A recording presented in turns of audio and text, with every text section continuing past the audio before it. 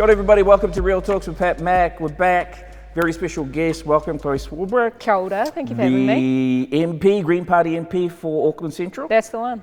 Congratulations. Thank you very much. I'm so stoked. Yeah, the team is so stoked too. There was like a real vibe around here, like, Chloe's coming in, Chloe's coming in. Oh, thank you. I was talking about how stoked I was to win Auckland Central because so many people told me that it wasn't going to happen. Yeah. So, yeah, but I'm also stoked to be here. This is a phenomenal space. Thank you. It's a cool little spot. It's our It's version mean. of home. Yeah, I love this whole couch setup with the cameras. Yeah. It's like the whole whānau. And we're super comfy and they look super uncomfy. We're keen to dig into your story and share a little bit about your journey and like understand who you are and some of the stuff. I hear you've done some stuff in small business too. I don't really know a lot, but yeah, we the can team unpack all that. yeah, we'd love to. I was going to say like who I am, all these other philosophical things. I do have a BA in philosophy as well, so there's that. BA in philosophy. Yeah. I feel like now we talked about we were going to get on the couch, but I feel like I should be on the couch now. Yeah, we'll do some psychotherapy. I'm not trained, but you know. We can practice on you. It's all right. Hey, so tell us about life growing up. I read that you grew up in a single parent family. Is that right? Yeah, for the most part. So, as all families are, different levels of complications. Yeah. But basically, it's my old man, my adoptive father, actually. Who looked after me and my little sister for the majority of my life growing up. So through the majority of primary school and through all of intermediate and the majority of high school as well. And I really credit him for challenging me a lot on politics, but also on my understanding of the world. There's this one story that I always tell, just I guess as a sense of grounding and understanding of what our relationship was like. Yeah. So I idolized him massively, and that's why I think that to a certain extent I became a massive tomboy when I was younger. True. But yeah, hugely. Just off topic for a little second, yeah. What's the most tomboy stuff you've ever engaged in? Oh, bro, I had like action men instead of Barbie dolls. Like, yeah, that was my childhood was like cargo pants, like yeah. Gap hoodie. I can relate because my wife was a sniper in the army. Well, not quite the same thing, but yeah. You guys would get along. But yeah, I was doing my first ever speech in primary school, and it was, one of those like choose anything you want to choose, and you're a kid, and it'll be some random weird thing. And being a precocious and annoying, real like book nerdy kid, I chose the double standards between kids and adults, as it makes sense when you follow through. So your political career started early. I don't, who could have seen it coming? But I remember, writing down this 2-minute speech, which is arduous when you're a kid. Totally. It's like 4 pages. I was probably like 6 or 7. Hey. Yeah, and I wrote down this speech. Well, funnily enough, actually, when I was at primary school, in my first ever classes, I got put in the special class because I couldn't spell my last name. And I was a really early reader, but I was not a very early writer. I couldn't hold a pen.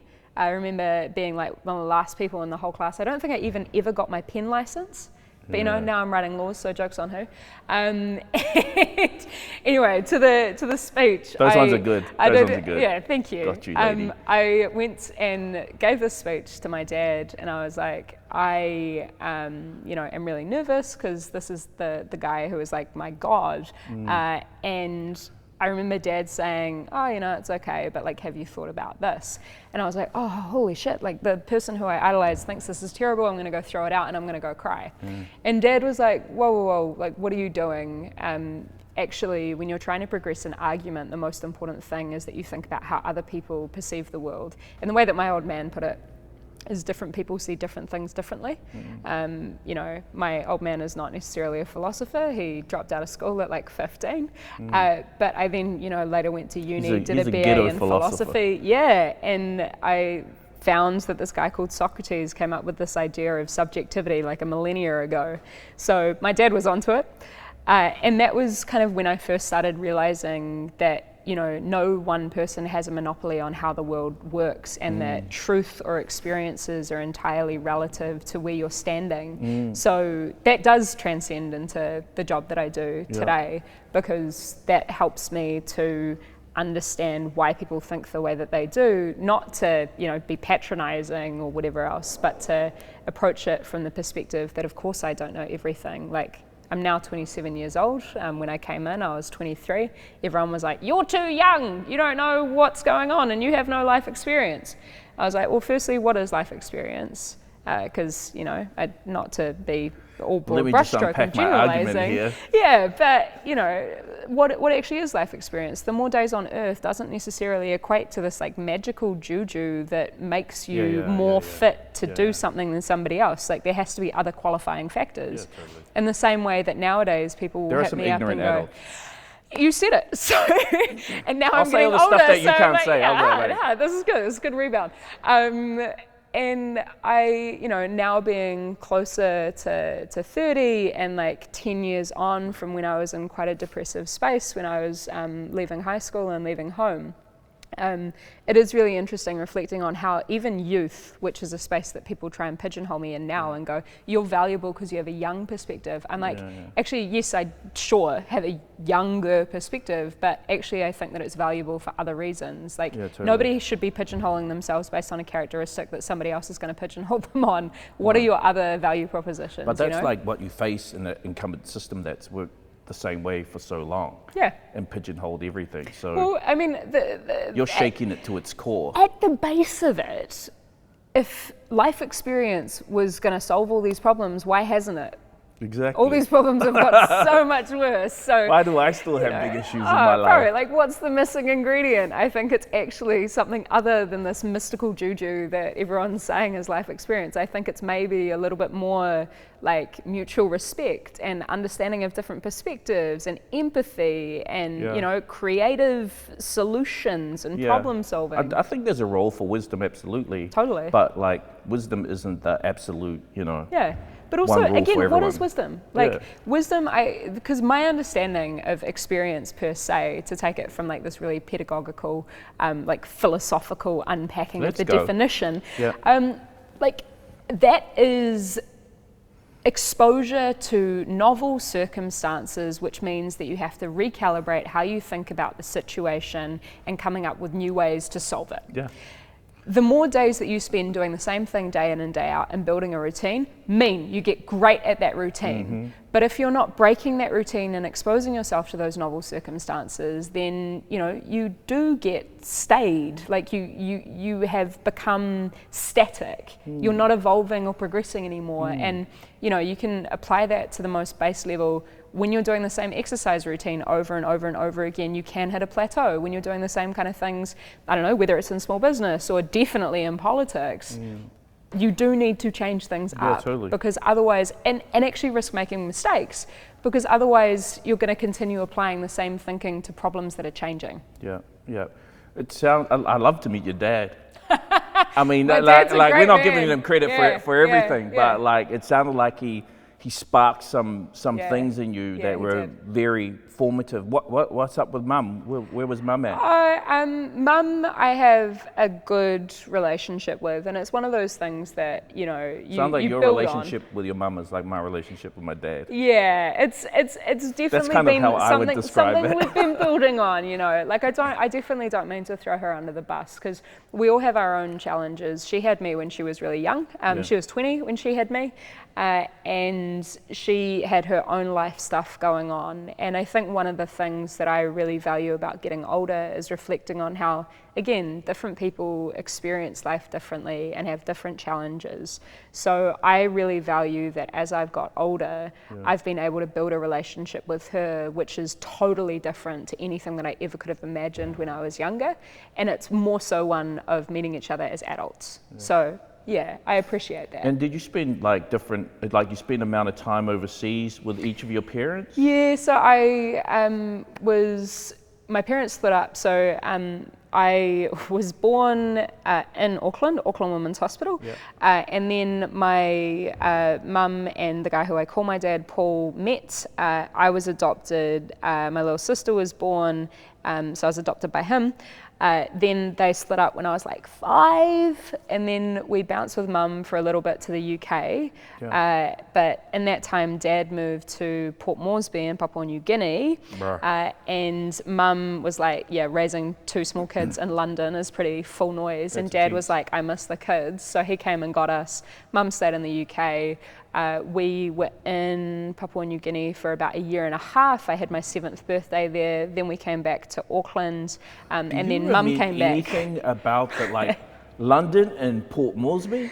It was two really different spots. Very, very different spots, yeah. And I also think it's really important in that whole kind of process to acknowledge that, particularly in a place like Port Moresby, I was experiencing that as a hugely sheltered and privileged kid in the so-called expat community. Well, you know, it's like in any of those developing countries that you visit as somebody who dad was involved in helping to finance some of the development that was happening there at that point in time. And in that kind of sheltered existence, you do look out of the ivory tower and see some of the challenges that other people are facing, but you don't necessarily empathize with it in the same way. You know, so that was a thing, kind of clocking through what inequality looked like when I was younger. Because you're still very young at this stage. Right now, or no, I was like at 6, 7. Yeah, totally. So yeah, I mean. Was that school assignment, the speech assignment, while you were in Papua New Guinea? No, was that back? So it must have been just after I got back. So it would have been like 7.5 when I was at Hillsborough Primary School. Did you have any exposure to the indigenous people there? In Papua New Guinea? Yeah. Only when we went to the markets, which my grandma took us to. And actually, at the school that I went to, I learnt the Indigenous National Anthem. Yeah, I'll go. I don't remember it. But I remember coming back to school. Wait, I'm going to YouTube it and then I'll play it and then you can sing along. See if it just comes back in there, that muscle memory. Let's go. But I remember coming back to school here and the National Anthem was playing and I had absolutely no cognizance of it. But then, you know, Dad was watching the rugby again, and that's when I learned the te reo version of the New Zealand National Anthem. Here we go. Are we ready? Oh dear, I'm so not going to remember. This is 20 years ago, bro. National Anthem. Arise, all you sons. Oh, wow. Let's go. All of these colonial anthems have quite severely religious undertones. Okay. What's going on? Oh, it's in English. There is definitely an indigenous version of it as well. That might follow. That sounds really religious. We're going to park that. No church today. It's Tuesday. Did you? So you didn't really get to experience it too much, but did the experience of those people in any way influence your view on Indigenous culture, or like did it? You know? If I'm completely honest with you, that bubble bursting didn't happen until I was older. I went to Royal Oak Intermediate where I was a small group, like there weren't many Palangi kids there. Oh, real? Yeah, when I went, there was, you know, we were, so I was very much at that point in time growing up in a space where I remember one of the best lessons that I've ever learned in my entire life around particularly the notion of white privilege was when I was probably about 12 or 13, and I actually spoke about this in my maiden speech in Parliament because, you know, what was happening at that point in time in 2017 in the political context around people still trying to gaslight people's experiences of racism is still relevant in 2021. But anyway, I was sitting in class in Royal Oak Intermediate. Mrs. Nabi, shout out, amazing teacher, has taught a number of kids, huge number of kids over the past. Mrs. Nabi. Mrs. Nabi. And she was telling off one of my mates, Pacifica boy, and he was looking down as she was telling him off. And she made the point to the entire class that if she was a Palangi or Pākehā teacher in that environment and she was telling a student off and the student was looking down, the cultural norms would be that that kid was naughty and not showing her respect. But in his culture, that is respect. Respect, Not totally. looking or meeting somebody in the eyes when Yeah. they're telling you off is showcasing respect. But how the ramifications of that experience as Yeah, if you a eyeball Parliamentary someone teacher, while someone's giving you a telling, Yeah. like we want to yeah, fight. you want to fight harder. Yeah. Yeah, why not? But that was this really formative experience where her walking through that process and then saying, you know, if I had that expectation from that point in time that this young boy was therefore a troublemaker or, you know, not meeting me with respect, then I would treat him differently as a result of that. But understanding the cultural norms And therefore, you of may respect. treat every Polynesian kid differently. Exactly, and that is how systemic racism is built. Yeah. So that was one of the big formative moments. But in terms of indigeneity in particular, all through high school, didn't really learn all too much about Te Tiriti o Waitangi. It wasn't until I got to the privileged space of law school that I then learnt about Te Tiriti o Waitangi and That's an started interesting way challenging. in. Yeah, it was entirely academic, and Yeah. you know, it wasn't until, well, I do actually remember having discussions around the dinner table in 2004 around the foreshore and seabed debate, but I was like 10, so I didn't have a great understanding of what was going on, but I remember Who were you challenging. debating with at that time? Oh, my Is that dad. Yeah. Definitely my dad. And I remember also debating with him when the smacking law, the anti-smacking law was going through. Yeah. So there definitely was moments around the dinner table when I was having these debates with my dad and challenging him and upskilling myself and, you know, having the resource of the internet as well and growing up on places like Tumblr where, you know, there's some real charged political stuff happening in those spaces and, you know, people can be prone to engaging in some pretty nasty dialogue. But yeah, I started to formulate some of my understandings and values around justice and fairness and stuff. Have you ever talked with your dad? Like, do you think there was a lot of intent around the way that he parented you? Have you had that conversation with him? We kind of have had the conversation, yeah. Dad, Because I'm all about that with my kids. Yeah, he had a bit of a rough growing up himself. Yeah, right. So, yeah, I think he always intended that for me and my sister that he would do anything for us. So, like, when we were in really rough times, but it seems like he had a very particular, like, there's a bit of intent on, you know, enabling you to think. Yeah, hard. And to he treated me like an adult, like totally. not in a way that it was like you know, the nonsense that you hear some people say to young people, which is that, you know, when they're crying because they're having a real hard time or when they're imagining that things could be better, people say grow up. Not that kind of nonsense, because that I think is actually when people are saying to young people give up. That's not grow up, that's give up, that's not mature and try and progress these dreams and hopes. The way that he encouraged me to be an adult per se was in recognizing that as a younger person, as a kid, I had a contribution to the conversation so that I was valuable, basically. And I mean, that's what all of the research shows on kids' development, is that if you have one person who is your biggest fan, you'll be sweet. Yeah. And so at this stage, you're kind of like, we're skirting around high school and getting up to uni, but like it's apparent that, you know, by most people's kind of measurements, you seem like a pretty advanced kind of a kid in the way that you think and communicate. I was going to ask you about what about the awkward stuff? I mean, I was quite awkward, but I you know, I started rebelling a bit. Things got a bit gnarly at certain points. Like you know, I don't want to go into it, but things got pretty rough for my dad around the global financial crisis. Right. Like yeah, everything changed basically, and Dad went through a real rough time. And that was when, for me, I guess, you know, that one biggest fan of mine was then dealing with his own stuff. And that's when I guess I was also in this place of trying to understand who I was, and didn't necessarily have that same sounding board that I'd almost taken for granted growing up. So that then led me to act out and to do some pretty destructive behaviours to myself in particular. I got into a really dark place. I've spoken openly about particularly the depression of that point in time. And I kind of realized that, you know, if I was going to survive, I had to change completely everything about my life. So when I was 17, I left That's school. That's a and I high left level home. of awareness to have about yourself. Yeah, it's to kind go, of that. if I'm going to survive, I need to change everything about me. Yeah, it's to arrive at that on your own.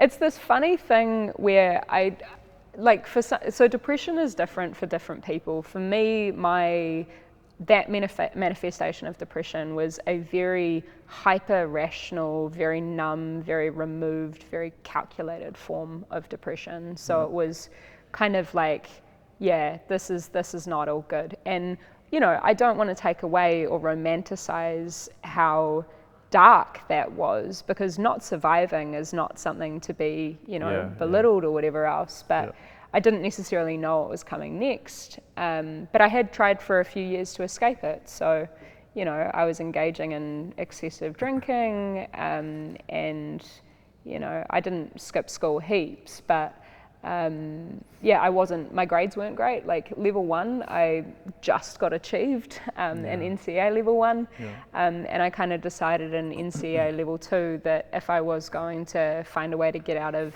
high school, and I did all this Googling and research, found this thing called discretionary entrance to the University of Auckland, and I was like, okay, this is a thing, like I can get out of here. I don't necessarily know what comes next, but at the very least I get to explore ideas. Was that the state you were in, or was that the my state of mind. I wasn't a big fan of high school. I didn't like how Me neither. I got kicked out of chemistry class once because I was trying to have this discussion with my chemistry teacher about how, you know, philosophy of science, everything in science is falsifiable. So basically it's the most possible true until it's proven false. So I was trying to talk about, you know, that theoretical background, and she was like, I'm just trying to teach kids with Bunsen burners, please go away. You know, I'm paraphrasing, but basically that was the gist of it. So I was an annoying high school student. I was somebody who wanted to understand why it was, but the way that our pedagogy works inside of high schools, still unfortunately to this day, and this is one of the reasons that I'm a big advocate for changing it, is you get a gold star, and like that's your sign of intelligence if you can regurgitate information. Yeah, great memory, kid. Yeah, and that's just not how, from my experience, the rest of the world works. So yeah, for me it was try and figure out how you can get out of this while still, you know, making sure that you tick a few boxes and there's something on the horizon, you don't necessarily know what it is. So I found this thing called discretionary entrance, and then I was like, okay, cool, what do I need? I need to get excellence. How am I going to get excellence? Well, I'm going to have to focus, and I'm also going to have to build good relationships with my teachers. I was really privileged that in means that. I can't be such a pain in the ass, but I'm still ain't going to give that up. And I have to choose subjects that I like, and I therefore have to drop subjects that suck as far as I'm concerned. How old are you right now? How old are you then? How old am I then? Yeah, I sorry. was probably 15, 16. Right. So I dropped maths, which is the one that everyone tells you not to drop. But I dropped it because I was like, again, I have, and I later found this out, a very mild form of something called dyscalculia, which is like dyslexia but with numbers. So that's what I've got.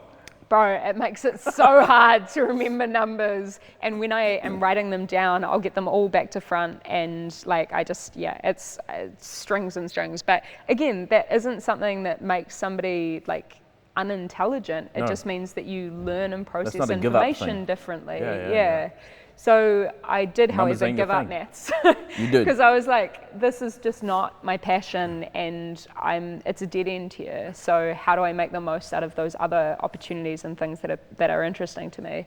So I found a few teachers who, were like my English and my drama teachers, particularly my drama teacher, Mrs. Druitt. The cool thing about drama and about all of the kind of arts that you do in school these days, I know that some kids hate it, but the thing that I loved was you not only did the content, but you then spoke about why, and you had to write these essays about why. And I guess that's the stuff that I started getting really interested in, and probably why I ended up studying philosophy. But yeah, I got recommendations from a number of my teachers, and ticked the boxes on all these things, except one teacher. whose class I absolutely bombed because I was doing all the work, but she just was like, this is not the work that you should be doing or the work that I think ticks the boxes. Yeah. She was like, Chlöe is immature. I do not think that she is prepared for a university environment and all this other stuff. But there was probably just this one time when you made her feel a little bit insecure about herself, and then I mean, I did actually try and understand her. I spoke to other teachers about her and was like, did I hurt her? Like, how did all this stuff happen? And then the teachers went back and was like, yo, Chloe's asking us questions about you. Chloe's saying some really deep stuff. Yeah. But yeah, after that, even with that one teacher kind of just being like, nah, well, I still managed to get through the net. So that was, basically the first day of the rest of my life where I had autonomy over, whether I was going to sink or swim. And I've definitely made mistakes, but I also think that I've come to understand more about who I am and how I can contribute. Are you thinking politics is in your future at this stage? Absolutely not. No, not really? Absolutely really? not. Nah, bro. No. Really? Not at all? No. So what were you thinking your future was? So I was the first person in my family to go to uni. Spoken word poet? Seems like that's where you were heading. For a while, I was like, I could be an actor, and I played around with that for a while because I thought that was like a fun thing, but yeah, it just, again, wasn't where my Parliament passions is necessarily theatre, isn't were. it? Parliament is entirely theatre. It's Shakespearean. Yeah, totally. In the chamber, yeah, like none of that stuff theatre. is, it's all pre-planned. Yeah, There's no real politics per se, no decision making that's playing out in that place. Totally. All the real stuff happens behind the scenes, but yeah, to a certain extent, you can definitely say that being interested in drama helped to prepare me for that. But I consider myself a massive introvert, and that's why I guess teasing out ideas and understanding who I was and what I stood for was really beneficial. Why do you consider yourself people. introvert? Because I didn't have a whole lot of friends growing up. And that's not the same thing. I also was always the quiet one at every single family gathering. Oh, okay. I didn't find a whole lot of passion or even power in expressing myself. I far prefer like deep conversations with very limited numbers of people, so it feels like it's a more meaningful conversation. And as I've got older, as I've got more comfortable in why I believe the things that I do, I guess it's enabled me to scale up in a way that, I don't know if that makes sense, but I'm not sure. What does it mean? What do you mean? Well, it means that I feel more comfortable talking to larger groups of people about how and why I think the way that I do. Like, it was wild going from this place, and sorry, I'm jumping all over the timeline now, but wild going from this place of in 2016, I just turned 22, and kind of a bit of as a joke, but also because I was just real pissed off with everything, decided to run for the Auckland Mayoralty. And I was doing media, and I was being the one who was interviewed as opposed to the interviewer, which I had been for 4.5 years at BFM. And it was just this crazy moment of you have to fill that with something that matters. And I guess, particularly when you're like coming from this place of... I gotta say some good stuff here. But when you're coming from this place of the reason that I'm doing this is because I see all politicians as nonsense, is how do you do that differently? And as soon as you're engaged in that charade, how do you try and change that game up? So yeah, that in turn has helped to, I guess, coax me out of my shell a little bit, and I got better at it. Was there a little bit of the fuck the system and trying to... Hugely. Yeah. I think there still is. To do it? Yeah. I think there still is. Like, because I don't like... It's one thing to like jest, I'm going to run for mayor. Yeah. But then like... I was very angry. Yeah. I was really angry at what at that point in time was a housing crisis. Like, what we got now is neglecting what could have happened back then and even 10 years before that. But I was angry that, my mates and I were paying an arm and a leg to live in houses that might kill us, but without any meaningful sense of opportunity or progression or pathway moving forward. I had mates who were particularly in the creative sectors who were moving overseas to places like Melbourne, where you could, take a job bagging supermarket groceries, earn $22 an hour, and find the time to do the thing that you loved on the side. Yeah. It didn't feel as though we had that same opportunity here. Yeah. So I guess I wanted to flip that script and to push back against it, and to have people realize that, of course, that stuff is seemingly impossible when you're trying to navigate it as an individual, but as a collective, when you build a group of people who are willing to say, we are all going to figure out how we're all going to survive through this, and we're going to change some of the defaults of the system, then all of a sudden things become a lot easier, because you've changed society, you've changed culture, you've changed your community, you've changed your neighborhood. Do you think that politics is realistically a vehicle that you can make real impact and change in society through? Yes. And why? So, I can point you to some of the things which most people don't know that I've been involved in, because cannabis is sexy, so I get to talk about weed all the time. That's good. But I... Light it up, boys. But we'll put the interview on pause and yeah, we'll come back. Where are all the graphics? Be I'm like the so next level used sexy. I'm so used to being interviewed behind this backdrop of like cannabis leaves. That one time Chlöe got high and did an interview. But in 2019, or it might have been the start of 2020, I passed the first ever Green Party members bill that had consensus support from every single political party in Parliament at every single stage. And that was a bill which in the last budget had $4 million attributed to it to provide for people with disabilities who might want to run for Parliament to run barrier-free. So if you need a sign language interpreter, you'll get a sign language interpreter. If you need Braille, you'll get that. And all of that makes democracy more accessible and in turn more representative. So that's just like one tiny little piece of how you can change things in there. But I think, to get a real sense of understanding of where I come from in terms of how I approach politics, I think of it in two broad kind of spheres or spaces. So there's the stuff that we always talk about, which is legislation, so laws, regulation, bylaws, council's involvement, funding, subsidies, taxation, incentives, contracts, procurement, treaties, all that stuff. That's the structure, that's the blueprint, that's the coat hooks. Yeah. What I don't think we talk about anywhere near enough is culture. So culture from a typical understanding is synonymous with religious practice or someone's ethnic or geographical background.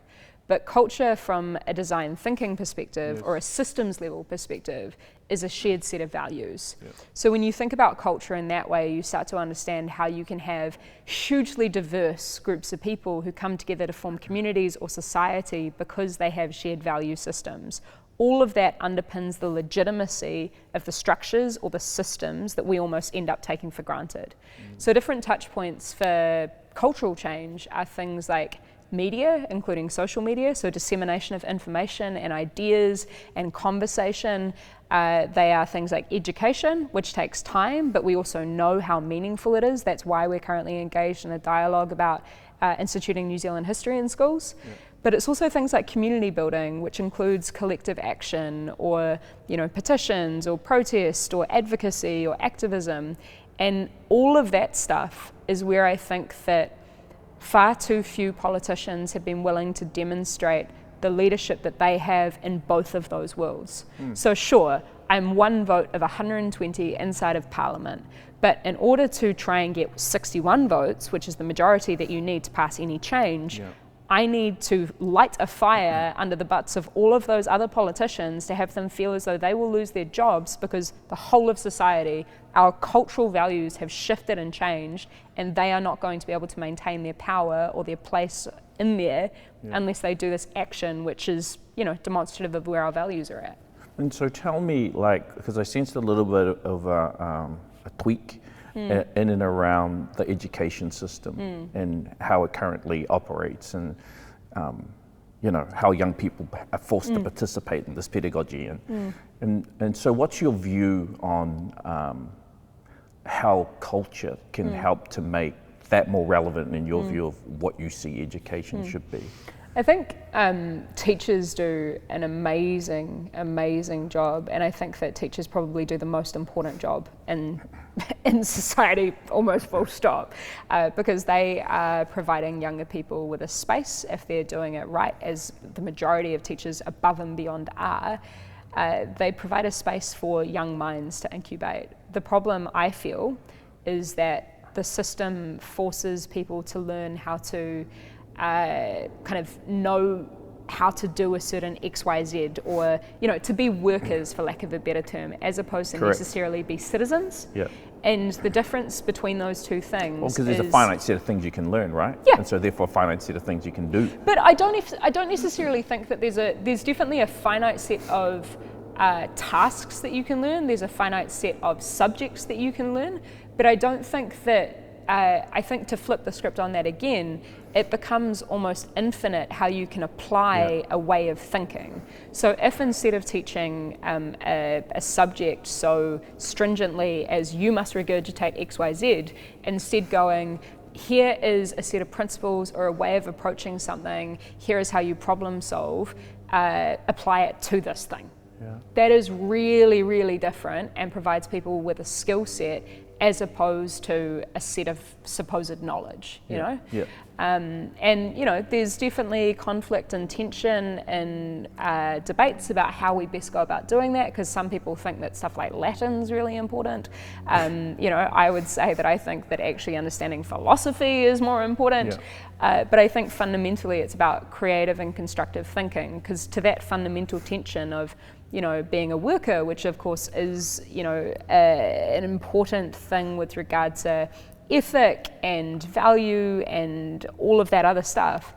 Being a citizen is far more fundamental in that when all of the rules change, when society changes, or when things fall apart, when you are presented with something unprecedented like a global pandemic, having that skill set or that baseline understanding as a citizen of how you can engage with other people and solve problems is far more beneficial, because you can recreate the world. Oh yeah, and it's like you said, if you can think creatively or constructively, then you can, to an extent, even in the midst of that chaos, design a way forward. Totally. Or understand how you're going to Well, you can grapple with complexity. But, absolutely. But if you, to your point, if you haven't been taught to think, if you don't have those skills, and I completely agree with you, like, it's the one thing that I would hope that, we do a lot more of,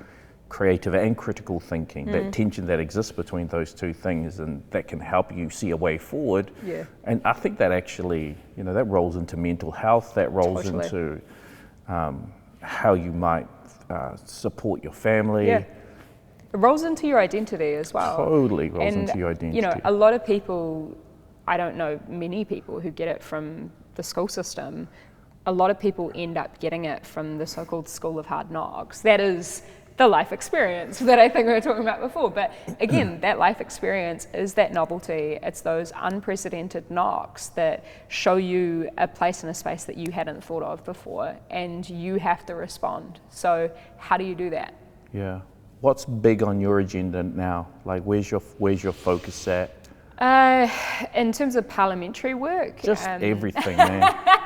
One of my key focuses is trying to be a good auntie. My little sister, Let's go. My little sister had a baby. Mia is almost 9 months old, and she is a big baby, man. She is in the heaviest, like quintile or whatever they call it. She's 10 kgs, but she's going to be walking real soon. She can wave and clap now. It's the most exciting thing in the world. Yeah. You so taking being an credit auntie for some of is that? oh, bro, and my little sister is such an amazing mum. Like, it's real interesting talking about that time in both of our lives when we were younger, because I think for me, I responded by going, I don't know who I am. I'm going to try and solve the world's problems, because that's how I will try and find meaning. My little sister's response to those experiences when we were younger was, I'm going to try and find meaning by creating a sense of family and trying to nail this stuff down and figure it out on a more micro level. I was like macro, try to solve all the world's problems, which I don't know if that's escapism. My little sister was like, I'm going to focus Depends at home. to what extent you had a good nudge, gave it a good Yeah, well, nudge. I go to therapy now, so but yeah, I mean, and that's a really interesting dynamic, seeing that play out, because we're 3.5 years apart. But yeah, my little sister is a phenomenal How do you think mother. you guys adopted those respective positions and how you're gonna? I don't know. I think it's Dad was having different conversations with her? Yeah, I think it's possibly just different manifestations of it. I mean, my little sister, talking about me being a tomboy, my little sister was a princess and she got away with murder. So she would like She's the baby though. She's the baby smack though. me, start crying. Dad comes in, Chloe, what are you doing? You guys need to go to counselling together. But yeah, I think it was possibly just different versions of the same things that he was teaching us, right? Which is like, care for those around you. For me, it was, how do you scale that up? I don't know who I am and where I'm at and what community I belong to. For my little sister, it was like, I left home when she was 13 or 14. Yeah. So yeah, I was 17, and I think for her that, possibly had an impact. And that's why for her it was looking at those people around her. Whereas I was searching for something, she was like, how do I put these pieces together? Interesting. I want to reframe that last question I asked you. What are you angry about right now? I'm angry about the mental health crisis in this country. Okay. I'm really, really angry about it. So we had a report in 2019, 2020, Hiara Oranga, the Mental Health and Addiction Inquiry. That report was not groundbreaking because it was the first report we had on mental health that was commissioned by the government. We'd had 2 or 3 reports commissioned by the government on mental health before, usually, unfortunately, as a result of some really traumatic stuff happening inside the mental health system. Yeah. Why it was groundbreaking is because for the first time, it didn't pathologize, medicalize, or individualize the experiences of mental health in this country. So it didn't go, why is this person in this system? It said, what are the drivers of mental ill health? And it also recognized that addiction is one of the manifestations of poor mental health. And what it found basically, in the smallest nutshell I can give you, is that we are all born with different genetics that are informed by our parents and our grandparents and whatever else, and those genetics can provide us with a biological predisposition that is being more or less inclined towards the manifestation of mental ill health. But it is fundamentally our environment that can turn the notch up or down on the manifestation of those things. So the different environmental factors that were identified were a sense of community, a sense of meaning, a sense of identity, a sense of whakapapa, poverty, somebody's connection to people who are close to them.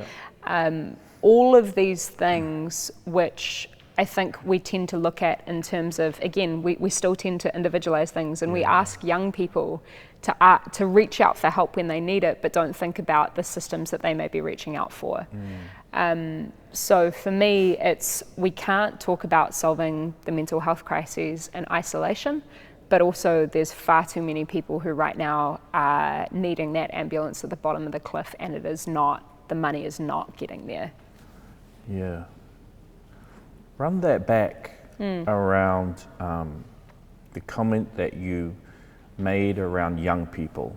And it, like a lot of people would take all those components that you talked about and go, yeah, those are kind of soft. They're kind of culture and connection and but there's a recognition here that they're actually substantial. They are the hardest things out there. I mean, what is a person? Like, what is our experience of life? What is a family if it's not for those concepts of who we are and how we relate to each other? If it's not your sense of identity and who you are in relation to the rest of the world, if it's not that mirror that you hold up and see back yourself, who is that person and where does that concept or idea come from? So those cultural norms are hugely important, but I also don't want us to forget how important those structural supports are, because, this is the funny thing, right, is that ironically, we see playing out in research that even in a deeply unequal society, of course, we accept and anticipate that the people who are at the bottom are going to experience poor health, that is physical and mental health outcomes. But what we don't realize is that the people even at the top of that deeply unequal society are going to experience poor mental health. The reason for that is because of self-isolation from other people who are experiencing the world differently. You kind of create your own gated community and segregate yourself and have this immense amount of anxiety and fear about losing stuff all the time. You're not living or participating in a broader community. So that's why connection is so important. And that's why looking at those structural basic things like human rights to homes or livable incomes is so important. Yeah, and so, what's your intent around being able to affect the type of change that needs to happen? So you said we need a better ambulance. I don't want to put words in, but a better ambulance at the bottom of the hill. But we also need to do the fence up top. Yeah, yeah. And so, and you also pointed out that report was the first one pretty much ever that looked at it through mental health through that lens and what were the things affecting that individual as opposed to everything else. So given everything that you've said about the types of change that you want to elicit, the role of culture inside of those change, when you look at the mental health system, then what is it in your view that needs to change? So first and foremost, with regard to getting help to people who need it right now, we can fund community-focused groups, NGOs, those grassroots entities, and particularly those who operate in Te Ao Māori across the country who are crying out for the funding. We can give that funding to them right now. I don't understand what the barriers are between the government money that was put in place in 2019 budget that hasn't been rolled out there. So we can do that. That's first step. Deal with the crises as it is right now. Then there's that more fundamental restructure of who are we in relation to each other and how do we ensure that everybody has the basics to be able to survive and live a good life. So those fundamental things ultimately become really political. Those are the things like, what does it look like to have a greater sense of equality? What does it look like to eradicate child poverty? Well, talk to anybody who belongs in an NGO that's been talking about child poverty for the past 10 years. They'll tell you that child poverty actually is a construct to help people feel empathy towards what is fundamentally whānau poverty. Because we are so used to blaming poor people for being poor, but no one can blame a poor kid. Yeah. So when you see something like that get stuck and the budget money is there in 2019, but it's not getting there, how do you, being you, approach that issue? I agitate. So there's a number of different ways to do it, right? And talking about those levers inside the structural and the cultural realms. In the structural realms, that comes down to using those relationships inside of Parliament. It comes to using parliamentary levers. Those are things like parliamentary written questions, which elicit information, which then give you the opportunity to continue to dig further and further, to excavate excuses, but also to provide more opportunity for people to understand what the barriers are, again, so they can put pressure on the decision makers. There are things like question time, there are things like all of the privileged platforms that I exist in now. Then in the cultural sphere, it is community building. So it is coming together with groups of people who know that they have the solutions and helping them organise to advocate to the ministers in charge in a way that will not see them be ignored. Yeah. When you think about, do you think you're like, this is you? Like, do you think politician for life? No. I could quit tomorrow, bro. I don't. Real? I never. Would you? I think about, if you speak to anybody close to me in my life, if you speak to my partner, if you speak to my dad, if you speak to my mum, my sister, my friends, they would tell you that I have a conversation with each of them probably weekly, if not fortnightly, and definitely my partner daily, about leaving. Is that your way of dealing with it? Or are you seriously thinking about, nah? This is not the only way to create change. This is one hat to wear to try and do this stuff. We haven't properly, there's so many different ways to work through all of this stuff, but when I was younger, I thought that the way that I was going to do it, and who knows, it still could be potentially in the future, it was going to be small business. Yeah. It was going to be through social enterprise. Yeah. And, you know, we built these little tiny collectives, which were like real low rent ramshackle versions of this, where we would try and go, we made it. Yeah, look at you. I just needed a few more years. But, you know, it was how do we leverage off of each other? How do we build something that is sustainable and resilient and regenerative, because all of us are building off of each other's backs and each other's reputations. Absolutely. And realizing how important it is that we have that interconnectivity And that there's a codependence. recognition that culture and connectivity is fundamental to what we're doing, and we kind of understand it. We're not trying to implement it into a system that kind of is resisting it. Yeah, but that's my point, right? Is that kaupapa, that value set exists in so many different manifestations. So when it comes to politics, I can't believe you said you're thinking about quitting all the time. Oh, always. I mean, I actually think it's really problematic if politicians who are empowered do not think about leaving this role. The amount of power that you have On the weekly? Oh, yeah, no, I don't know, maybe. Maybe they're not as introspective, I don't know. But, you know, what is the point of this job? Like, if I'm to narrow it down, and again, massive generalization, binaries usually aren't helpful, but they can distill concepts. So if I think about the day-to-day role, you basically choose between one of two things at a high level. You choose change or you choose your career. And the thing is, when you choose one of those two things over the other, you start deprioritizing the other. So what I mean by that is, you know, advocating for massive social change is not necessarily particularly popular. The academic evidence can be there, but that doesn't mean people are on board with it, because our culture, our value sets, our understandings aren't there. Yeah. But in advocating for that thing, you are pushing forward change. And the great irony that I see playing out with some politicians, and I can tell you for a fact in some of the more controversial areas that I work on, like drug law reform, for example, politicians will express an opinion in private, which is totally different to what they'll express in public. Yeah, totally. And the reason that they do that, and I think what they tell themselves is, well, if I stay in this role longer, then I can change my party, or I can drag people along, I can get to this point. That's got to be the great lie. Exactly, because what they're doing there is rationalizing that they themselves have to be there to progress that change. Man. It's selfish. Totally. Because the point of being in this role is to recognize that you have a really finite opportunity to try and change things, and to keep clinging to power almost for the sake of it, because you think you're so important for that change, but like is mind-blowing. My sense, just I don't know you, but the sense I get from this conversation is that you ain't in it for power. You're in, I think that you're in it for change. Someone once asked me, like 2-3 weeks ago, I was at this hui. You ever felt drunk with power? Just really quick? Nah, not me. I'm giving it out, bro. I'm here for decentralization.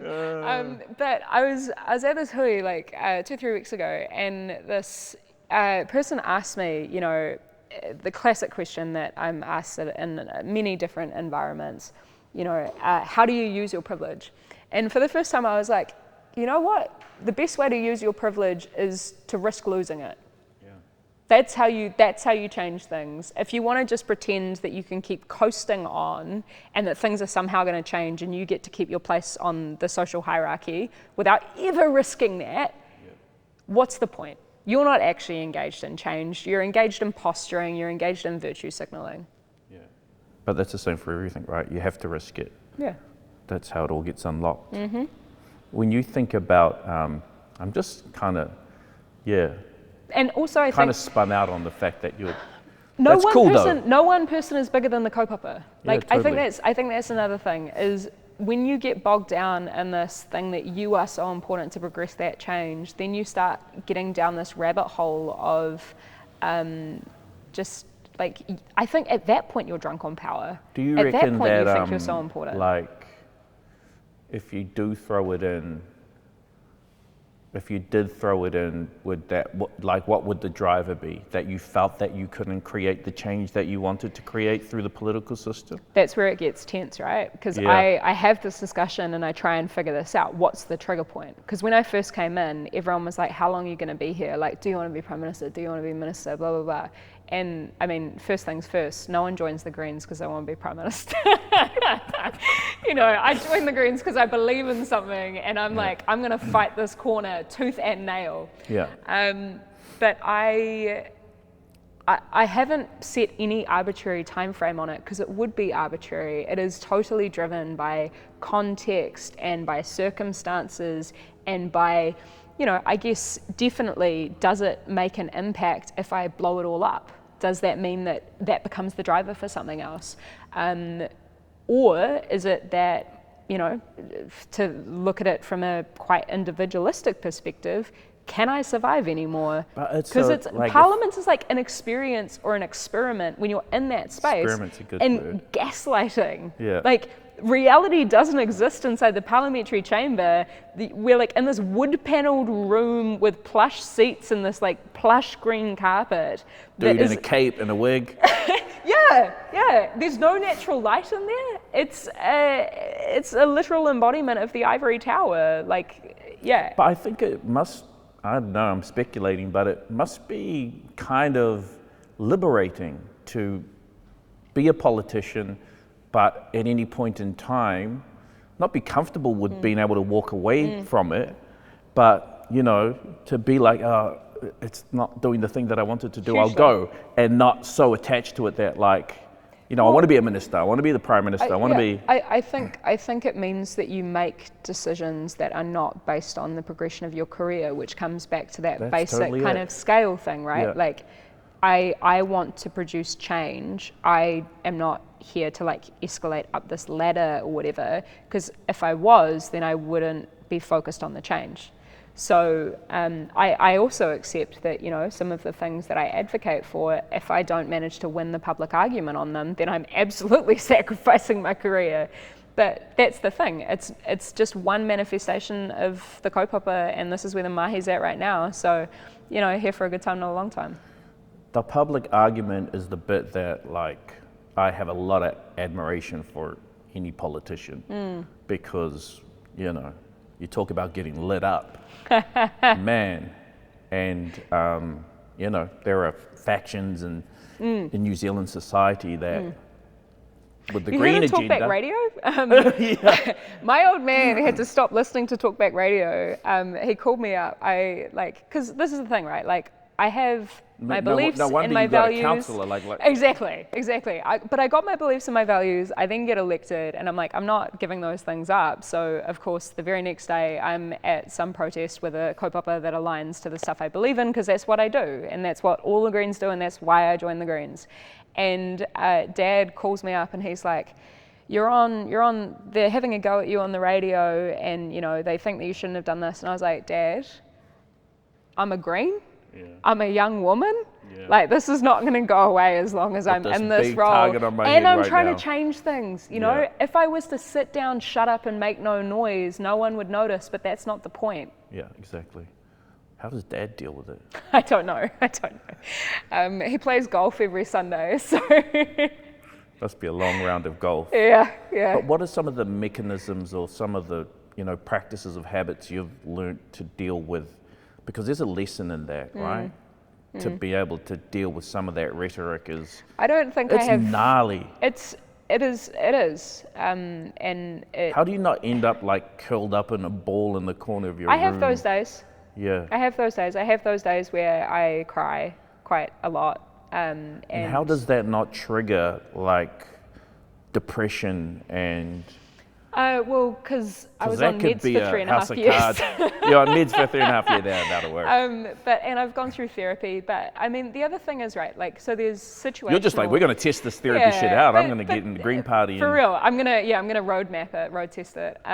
But there's the situational stuff, which is all of it being thrown at you, and then there's the kind of more long-term kind of salient, whether it's, you know, as a result of your genetics or otherwise.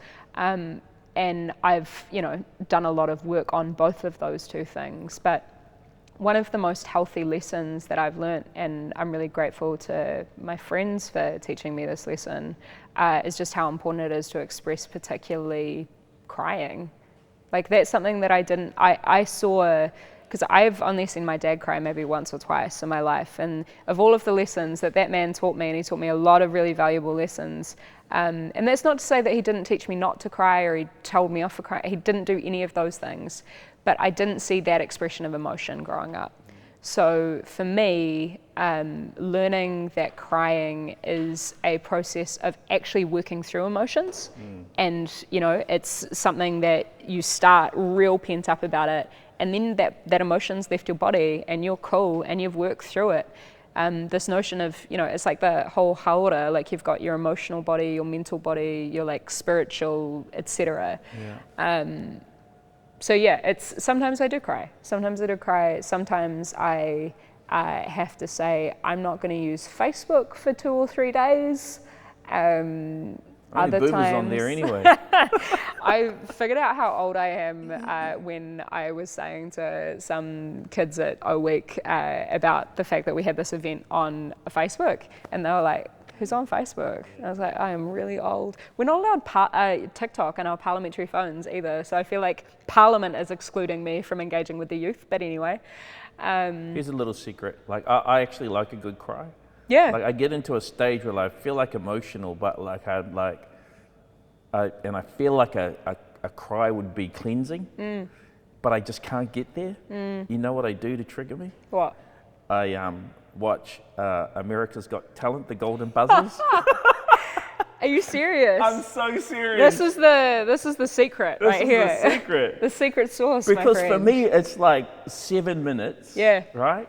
Where this person's like everything, Yeah. their whole identity. Totally. They get up on stage. I'm giving America's Got Talent too much credit here, but they expose themselves. They're completely vulnerable. And, I love the ones that have no expectation about they're even going to get through, let alone going to get a golden buzzer. And there's this beautiful moment when all of a sudden, all their dreams are realized. Yeah. They actually, in that moment, have self-actualized, and it's amazing. And I just, they That's the one that gets you, yeah. I have a film that's like that for me. Which one is it? It's a movie called Pride, and it's the most like, anybody who is like massively into the rainbow community will tell you about it, but it's this 2014 film. I think they were Welsh, but it's the lesbians and gays support the miners from back in the 80s in the UK. And it's this mobilization of this group of ragtag young lesbians and gays who know that they are going to be seen as awful, diseased, whatever else by this group of really working class miners. But they decide to fundraise for them to help them in their efforts to basically push back and protest for better working conditions. And it's just this amazing, beautiful show of solidarity and people building bridges across completely different world understandings. And that's the first time in a long time that I saw a film and had a really big cry about 6 months ago. Yeah, usually movies can't do that for me. Usually Netflix, none of that stuff can do it for me. But watching that story play out like that, yeah. Can we talk about, only just a couple more things, can we just talk about our identity as a nation for a second? Just real quick. Just a little. And my observations, we're at a kind of critical time. Yeah, we are. We're trying to resolve, what has happened to Māori, and increasingly Māori's view on the world, and our place in it. And we're finding that, that's rubbing up against, communities in our society, and it's exposing some real race-based tension, and it's understandable. Yeah, it's sad being a Māori and sitting in my seat and observing it, but it's also a bit scary. Yeah, when you see farmers protesting, and it's this really thin line between actually being on message and, communicating the things that they want to communicate to, and I'm sure you saw the post and the meme that's going around about stop trying to ram this identity down our throat. What do you think's going on in your observation here, and how do you feel about it? How do you see this playing out? So there's two different things there, one of which is my vision or views or values or idea of where we can be. That was my last question. Okay, so there's the process. Yeah, there's the process of how we get there and how does this play out. I really ask those people who are pushing back on the idea of change, on the idea that something is being taken away from them or pushed upon them, to reflect on history. Because when you see it within that context, it becomes nigh on impossible to not. But it's not that do you really believe that they have no understanding of that currently? Or they choose to ignore? I definitely think some people choose to ignore it. Some people choose to, as all cognitive biases, which are, the way that our brain responds to new information, particularly information that we perceive as in conflict with a core value of who we are. Our brains tell us that is dangerous information, and that we are not going to receive it. So we're going to dance around it as much as we can, and we're going to attack it. So that's where you get into all of these kind of quite dangerous conspiratorial theories about the way that the world works, or our history, or whatever else, and not accepting, the legit version of it, which is presented to us by multiple academics. Hashtag facts. Exactly. Yeah, facts don't care about your feelings. But feelings are the lens through which people will receive or not receive facts.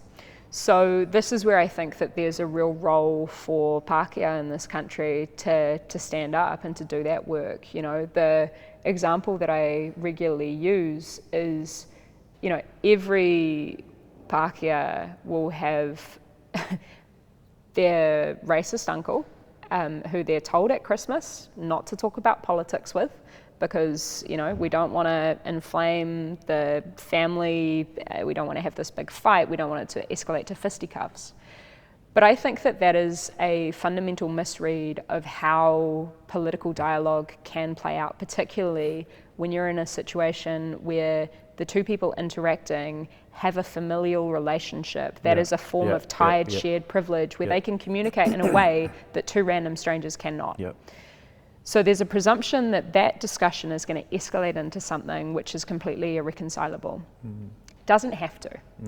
And that's where I ask those who are not directly impacted by, for example, racism or any of the other stuff that plays out, to think about how they can have those conversations. Because sure, it might be unpleasant, it might not be immediately resolved, but you have an opportunity to plant a seed for somebody for your uncle or whomever else to contemplate, and to begin to build that sense of empathy.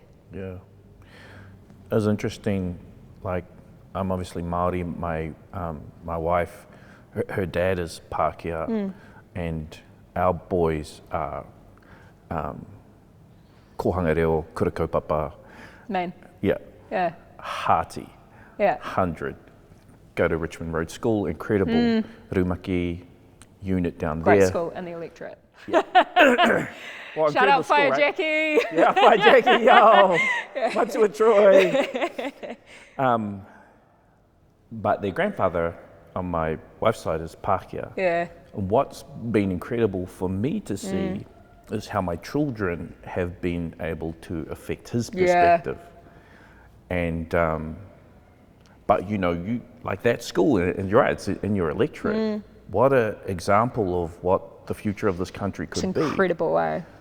Mui Malai, Te Whānau Whāriki, mainstream school, total immersion French unit. Like, that's an incredible example of like what we could be, and those kids and how they interact. I guess last question is, like, when you look to the future and you think about the type of country that you want to have had some influence and impact in 20 years' time, what does New Zealand look like for you and what role are you playing in it? I don't know what role I'll be playing in it. Hopefully I'll just be chill and someone else will be running the show.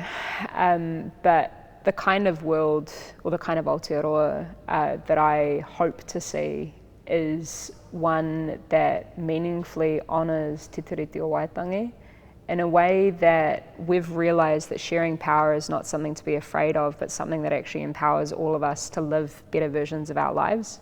If you think about not in this real deficit mindset way that some people are perceiving the greater elevation and reclamation of te ao and te reo Māori.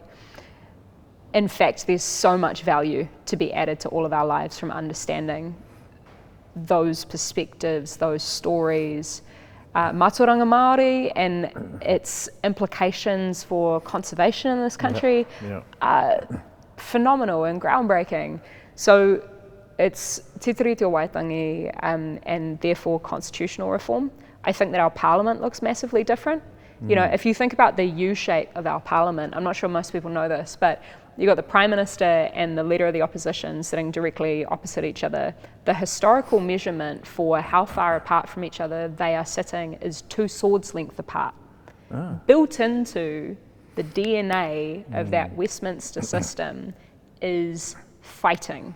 It is conflict. It is supposedly that through this adversarial system we are going to produce the best outcome. I think many of us can see that consistent fighting results in a system of consistent political point scoring, which is not collaborative, which does not produce the best outcome. So something that is informed by te ao Māori, something that has proper tikanga around it would be far more productive for the outcomes of governing our society. I think that's a real fundamental. If we've nailed that, then shoot, we've sorted a whole lot out in terms of the education system being more collaborative, actually centering children and their individual skill sets and what they can provide and contribute to the world and nurturing that as opposed to, you know, kind of squashing round pegs through square holes.